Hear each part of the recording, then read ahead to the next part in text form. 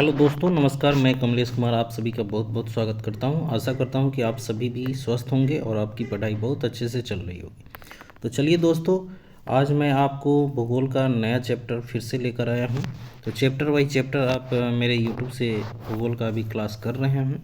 तो मेरे YouTube channel का नाम है KRC, जहाँ सिलेक्शन एक जिद है, और ये संस्था काफ़ी पुरानी है, लेकिन मैं यूट्यूब पर अभी नया हूं। तो आप सभी से आशा करता हूं कि मेरे यूट्यूब चैनल को ज़रूर सब्सक्राइब करें, लाइक करें और शेयर भी करें। तो चलिए आज का सेशन हम शुरू करते हैं। एक दिन पहले मैंने इसका सेशन शुरुआती चैप्टर से किया था। आज हम पढ़ेंगे पृथ्वी की स्थलाकृति। तो आज का फर्स्ट क्वेश्चन है, पृथ्वी की स्थलाकृति का अध्ययन जो है ट्रोपोलॉजी कहलाता है, ट्रोपोग्राफी सॉरी। पृथ्वी की स्थलाकृति का अध्ययन क्या कहलाता है? टोपोग्राफी कहलाता है। नेक्स्ट पॉइंट है अपक्षय। चट्टानों का टूटना अपक्षय कहलाता है। चट्टानों का टूटना क्या कहलाता है? अपक्षय क्रिया है। अपरदन क्या होता है? तो वायु या जल द्वारा चट्टानों का बहना। वायु या जल द्वारा चट्टानों का बहना जो है वो अपरदन कहलाता है। निक्षेपण अगला पॉइंट है, गाद का जमा होना निक्षेपण कहलाता है। एकदम संक्षेप में ये नोट्स बनाया गया है, जो काफ़ी एग्जाम के व्यू से बहुत ही अच्छा है। तो एक बार फिर से इसको मैं पढ़ता हूँ। अपक्षय, चट्टानों के टूटने की क्रिया को अपक्षय कहते हैं। वायु या जल द्वारा चट्टानों का बहना जो है वो अपरदन कहलाता है। गाद का जमा होना निक्षेपण कहलाता है। नेक्स्ट है नदी की अवस्था। नदी की अवस्था जो है, पहले युवा अवस्था मतलब पर्वत, प्रौढ़ अवस्था मतलब मैदान, और वृद्धावस्था मतलब मुहाना निक्षेप। ठीक है, तो नोट में है, नदियों का सर्वाधिक शक्ति ढाल से मिलता है। नदियों को सर्वाधिक शक्ति किस चीज से मिलता है? ढाल से मिलता है। आगे बढ़ते हैं। क्षिप्रिका यह कटोरे नुमा ऊबड़ खाबड़ होता है। यह कटोरे नुमा ऊबड़ खाबड़ होता है। भी आकार की घाटी, यह दो पर्वतों के बीच होती है। जब यह गहरी होती है तो इसे गार्ज कहते हैं। गार्ज गहरा होकर कैनियन या आई आकार की घाटी बनाती है। उदाहरण ग्रांड कैनियन USA का कोलोरेडो नदी पर है। ग्रांड कैनियन एक नदी है जो कोलोरेडो नदी पर है। ठीक है ना, ग्रांड कैनियन भी आकार की घाटी का उदाहरण है। नेक्स्ट है एस आकार की घाटी। यह मैदान में बनते हैं। यह कहाँ बनते हैं? मैदान में बनते हैं। इसके किनारे जमा मिट्टी तटबंध कहलाता है। इसके किनारे जो जमा मिट्टी है वो तटबंध कहलाता है। अगला पॉइंट है गोखुर झील। जब एस आकार की घाटी सीधा हो जाता है तो उसे हम गोखुर झील कहते हैं। जब एस आकार की घाटी सीधा हो जाता है तो उसे हम गोखुर झील कहते हैं। नेक्स्ट है नदी द्वीप। जब नदियाँ अपने बीच मार्ग में ही सिल्ट को जमा कर देती है, जब नदियाँ अपने बीच मार्ग में ही सिल्ट को जमा कर देती है तो उसे हम नदी द्वीप कहते हैं, या नदी द्वीप का निर्माण होता है। अगला पॉइंट है, विश्व का सबसे बड़ा नदी द्वीप माजुली है, जो ब्रह्मपुत्र नदी असम में है। ठीक है, ब्रह्मपुत्र नदी असम में है।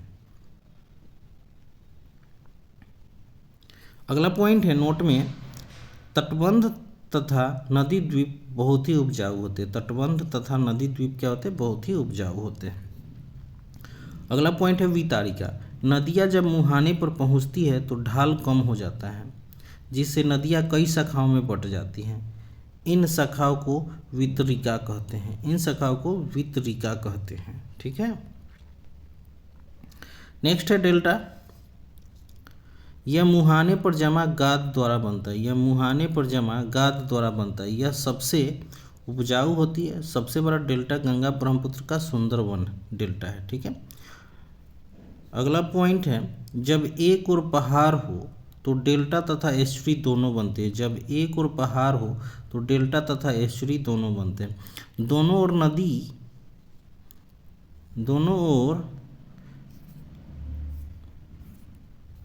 नदी के पहाड़ होने पर एस्चुरी बनाते हैं। दोनों ओर नदी पहाड़ होने पर एस्चुरी बनाते हैं, तथा पहाड़ नहीं हो तो नदी डेल्टा बनाती है। अगर पहाड़ नहीं हो तो डेल्टा बनेगा, लेकिन नदी और पहाड़ हो तो डेल्टा और एस्चुरी दोनों बनेंगे। लेकिन दोनों ओर नदी के पहाड़ हो तो क्या बनेगा? एस्चुरी बनेगा। ठीक है,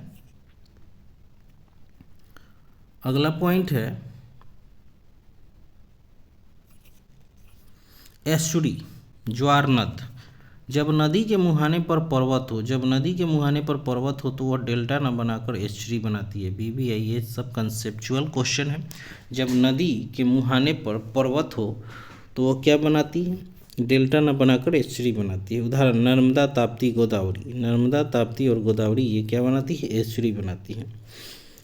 ये दो क्वेश्चन नर्मदा ताप्ती को तो हमेशा याद रखिएगा कि कौन सी नदी जो है एस्चुरी का निर्माण करती है, मतलब डेल्टा नहीं बनाती है, तो Narmada Tapti. BBI question. Next है एस्चुरी बनने में सागर तट बड़ा हो जाता है। एस्चुरी बनने में सागर का जो तट है वो बड़ा बन जाता है। अगला पॉइंट है गोवा का मरमा गोवा बंदरगाह एस्चुरी पर स्थित है। गोवा का मरमा गोवा बंदरगाह जो है एस्चुरी पर स्थित है। नेक्स्ट पॉइंट है सबसे बड़ा एस्चुरी गोदावरी नदी का है। सबसे बड़ा एस्चुरी जो है गोदावरी नदी का है। गोदावरी डेल्टा तथा एस्चुरी दोनों बनाती है। गोदावरी डेल्टा तथा एस्चुरी बनाती है। दक्षिण भारत की गंगा गोदावरी को कहते हैं। दक्षिण भारत की गंगा गोदावरी को कहा जाता है। आगे है नेक्स्ट पॉइंट, भारत में एकमात्र सरस्वती नदी है जो भूमिगत है। भारत में एकमात्र नदी है जो भूमिगत है, उसका नाम है सरस्वती। नेक्स्ट, भूमिगत जल द्वारा निर्मित स्थलाकृति। भूमिगत जल द्वारा स्थलाकृति चूना पत्थर वाले प्रदेश में होती है। भूमिगत जल द्वारा स्थलाकृति चूना पत्थर वाले प्रदेश में होती है, जिसे क्रास्ट प्रदेश कहते हैं। इसमें सर्वाधिक जल सोखने की क्षमता होती है। ठीक है, उदाहरण में देखेंगे घोलरद्र, इवाला एवं पोलजे, डोलाइन, पेंटारा रोसा, अंधी घाटी, स्लेटेलाइट, एस्टेलेमाइट और कंदरा, ये सब एग्जाम्पल्स हैं। एस्टेलेलाइट, कंदरा के ऊपर की ओर लटकी हुई स्थलाकृति। कंदरा के ऊपर की ओर लटकी हुई स्थलाकृति जिसका निर्माण कम अपर्दन के कारण होता है, उसे हम एस्टेलेटाइट कहते हैं। एस्टेलेटाइट कहते हैं। नेक्स्ट है एस्टेलेमाइट। एस्टेलेमाइट, जब अपर्दन शक्ति अधिक होता है तो नीचे की ओर चूना पत्थर का जमाव होता है। ठीक है, उसे हम एस्टेलेमाइट बोलते हैं। ये है आकृति भी दिया हुआ है। एस्टेलेमाइट कैसा होता है? ये कंदरा स्तंभ है, उसमें एस्टेलेमाइट और एस्टेलेटाइट दोनों दिया हुआ है। एस्टेलेटाइट एवं एस्टेलेमाइट दोनों जहाँ मिलते हैं उसे हम कंदरा स्तंभ बोलते हैं। ठीक है, जब दोनों मिल जाते हैं तो उसको हम क्या बोलते हैं? कंदरा स्तंभ बोलते हैं।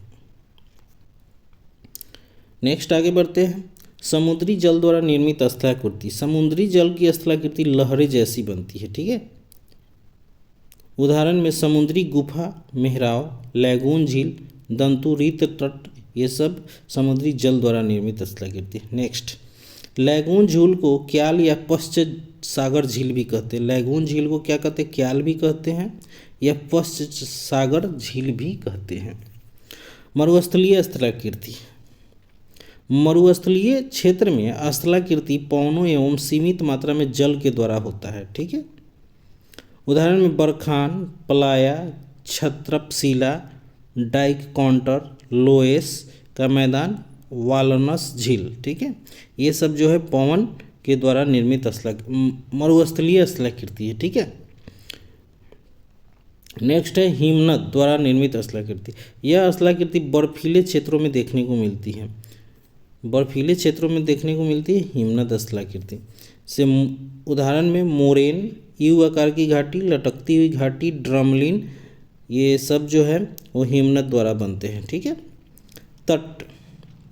रिया तट गहरी खाई है। रिया तट जो है गहरी खाई है और फियोर्ड तट समुद्र की खड़ी ढाल बर्फ के द्वारा बनी हुई है। ठीक है, ये तट के दो उदाहरण, रिया तट, ये रिया तट भारत में है, आंध्र प्रदेश में, और फियोर्ड तट जो है फ्रांस, स्पेन के।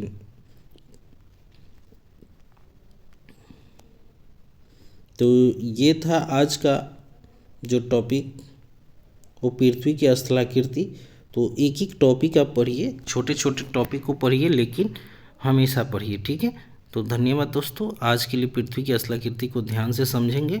इसमें बहुत सारे क्वेश्चन हैं। ये छोटे से 10 मिनट के वीडियो में आपको बहुत सारी चीज़ कंसेप्चुअल मिलेंगे कि अक्षय किसे कहते हैं, अपर्दन क्या होता है, एस्चुरी क्या होता है, डेल्टा क्या होता है।